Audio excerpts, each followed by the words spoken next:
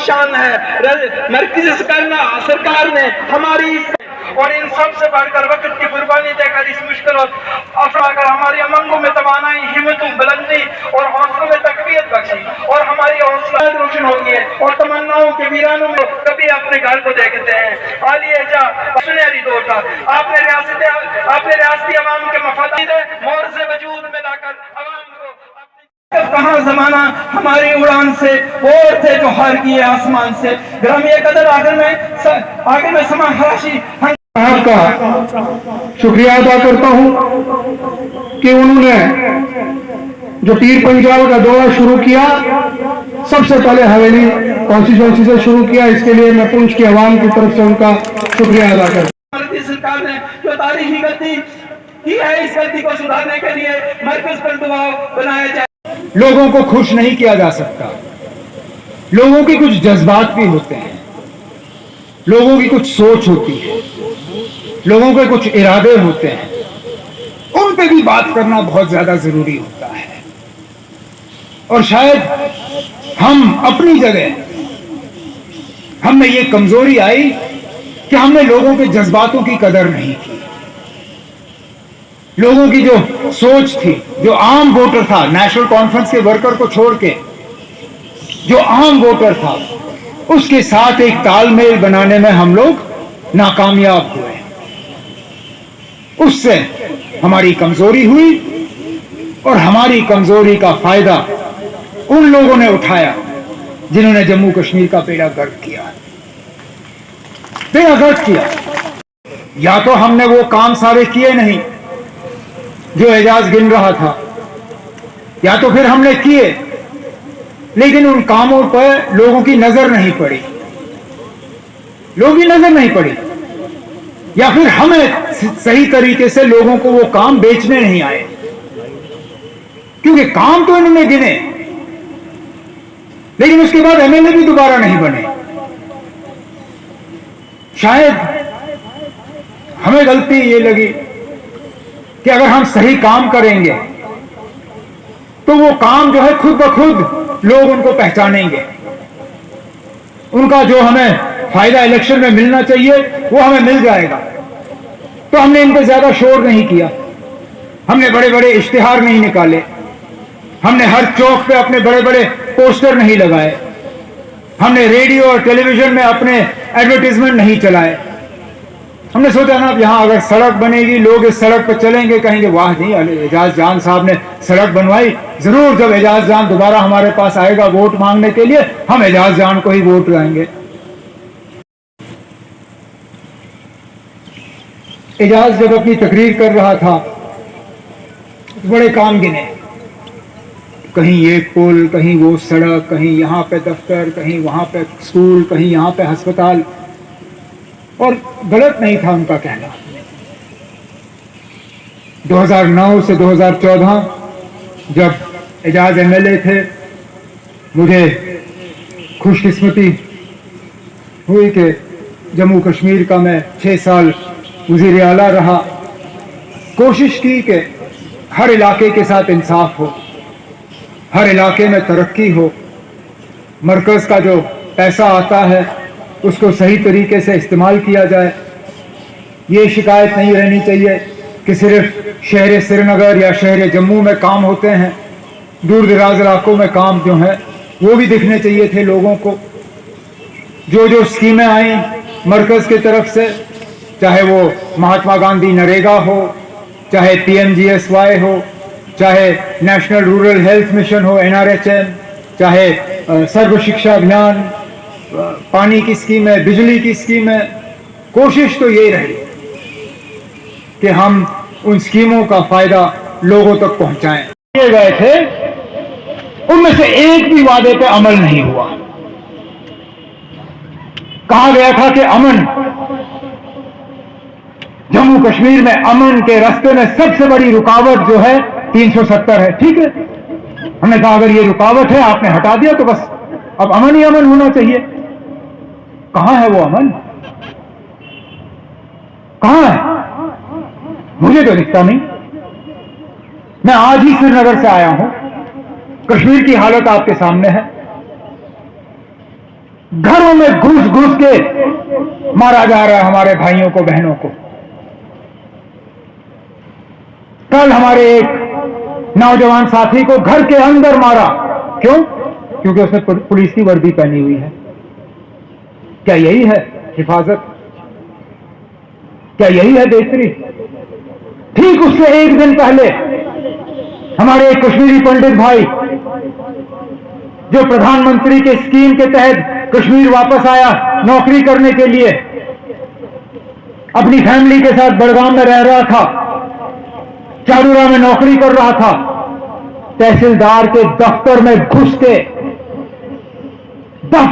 के उसको गोली मारी, मार डाला उसको। तो कहां हिफाजत?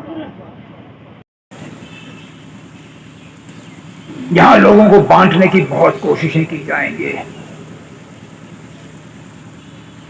कोई कश्मीरी, कोई जम्मू वाला, कोई हिंदू, कोई मुसलमान, कोई सिख, कोई गुज्जर, कोई पहाड़ी।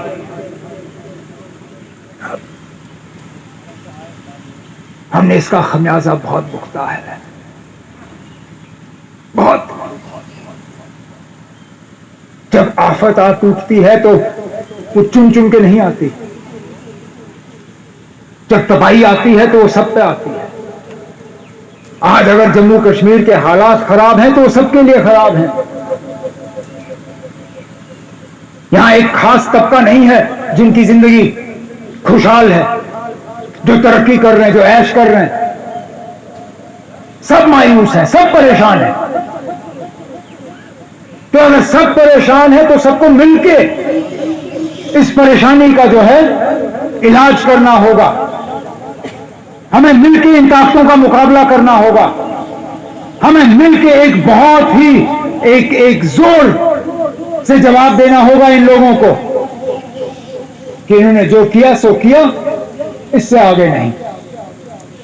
हम इन्हें अब और इजाजत नहीं देंगे हमें बांटने का,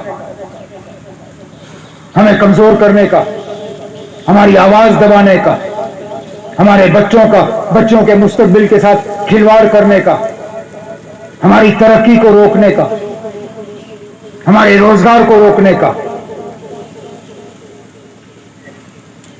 और यही बातें मैं बहुत वक्त से इंतजार कर रहा था कि कब मुझे मौका मिलेगा तो मैं आऊंगा और आप सबसे बात करूंगा कि खुदा का ख्याल रखना, अगर ये झंडा कमजोर हुआ हम सब कमजोर हो जाएंगे।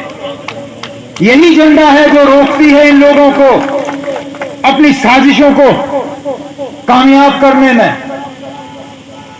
लेकिन लोगों को लगता था ये बकवास कर रहे हैं, ये झंडा नीचे उतरेगा कोई और झंडा चढ़ेगा, लेकिन कुछ नहीं बदलेगा, वैसे ही चलता रहेगा जैसे सदियों से चलता आया है, चलता आएगा, कुछ नहीं होगा। लेकिन हुआ, बहुत कुछ हुआ। 5 अगस्त 2019 हुआ। और क्यों हुआ? क्योंकि हम बट गए, बिखर गए, अलग अलग तराजुओं में हमें तोलना शुरू किया गया। कुछों का ईमान खरीदा गया, कुछ गलतफहमी के शिकार हुए, लेकिन खमियाजा हम सबको भुगतना पड़ा, हम सबको। आज कोई ये नहीं कह सकता कि 5 अगस्त 2019 के बाद उनकी जिंदगी में कोई बेहतरी आई है। मां सिवाय लोग जो बीजेपी के साथ ताल्लुक रखते हैं, उनकी जिंदगी में बेहतरी आई होगी, उनको फायदा आया होगा, उनको गाड़ियां होंगी, उनको सिक्योरिटी होगा, उनको बंगले होंगे, उनको ठेके होंगे, वो दफ्तर में जाते होंगे, अफसर उठ के उनको सलाम करता होगा। लेकिन आम शहरी, आम नागरिक, आम रहने वाला जम्मू कश्मीर का, चाहे वो जम्मू का हो, चाहे कश्मीर का हो, चाहे वो हिंदू हो, मुसलमान हो, सिख हो, ईसाई हो, बौद्ध हो, अगर बंद कमरे में उनसे बैठ के पूछा जाए कि बताओ ना 5 अगस्त 2019 के बाद आपको क्या फायदा हुआ, तो उनके पास इस सवाल का जवाब नहीं होगा। उद्योगपति जो इंडस्ट्रियलिस्ट हैं बाकी हिंदुस्तान के, उनमें से कोई नहीं आया। बस हर 6 महीने हम अरब मुल्कों से कुछ लोगों को लाते हैं, कश्मीर का दौरा कराते हैं, उनकी तस्वीरें जो है अखबार में इसको बंद कर दें।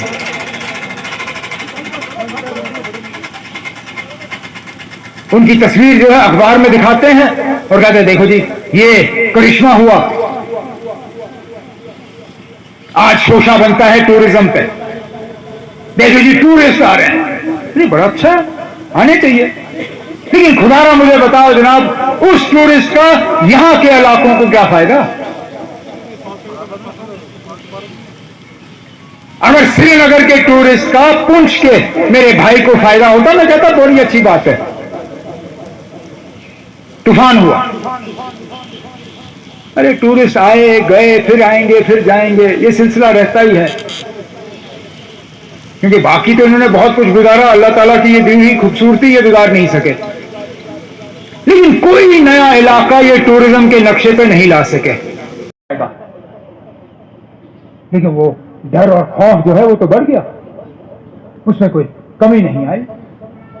कहा था कि इलायची पसंद सोच रखने वाले लोग जो हैं वो अपनी सोच बदल देंगे, क्योंकि सिर्फ 370 वजह है कि यहां कुछ लोगों में वो इलायची पसंद सोच है। 2.5 साल हो गए 370 को गए हुए, आज भी लोग हैं जो इस मुल्क के साथ रहना नहीं पसंद करते। आज भी नौजवान हैं जो गलत रास्ते पे चलने के लिए तैयार हैं, जो बंदूक उठाने के लिए तैयार हैं। कोई उनसे नहीं पूछता कि भाई आप क्यों कर रहे हो ये, जहां आपको पता है कि हफ्ता, महीना, 2 महीने, ज्यादा से ज्यादा 6 महीने के अंदर अंदर पुलिस वाले आपको, आर्मी वाले, सिक्योरिटी वाले आपको खत्म कर देंगे, क्यों उठा रहे हो बंदूक? कोई उनसे पूछने के लिए तैयार नहीं, लेकिन इस गलतफहमी में बैठे हुए कि हाँ जी सब ठीक है। हमें कहा गया था कि तरक्की होगी, ये इल्जाम लगता था नेशनल कॉन्फ्रेंस पे और हमारे साथ जो पीएचडी में है, पीडीपी और बाकियों पे, कि आप लोगों की तरक्की में हम लोग रुकावट हैं, कि हम नहीं होंगे तो आप लोग तरक्की करोगे। मुझे गए हुए उस कुर्सी से अब कितने साल हो गए? मैंने जनवरी 15 में कुर्सी छोड़ी, 15, 16, 17, 18, 19, 20, 21, 22, 8वां साल, 8वां साल हो गया मुझे कुर्सी छोड़े हुए। महबूबा मुफ्ती को कुर्सी छोड़े हुए 3-4 साल हो गए। मरकज की हुकूमत रही यहां 18 के बाद, कहां गई वो तरक्की? मुझे तो दिखा नहीं। जहां हमने सड़कें छोड़ी, सड़कों का वही हाल, जहां पुल बने थे पुल का वही हाल, जहां दफ्तर बना था दफ्तर का वही हाल, जो हेल्थ सेंटर हमने अपग्रेड किए वही, जो स्कूल हमने अपग्रेड किए वही, जो वाटर सप्लाई स्कीमें हमने दी वही।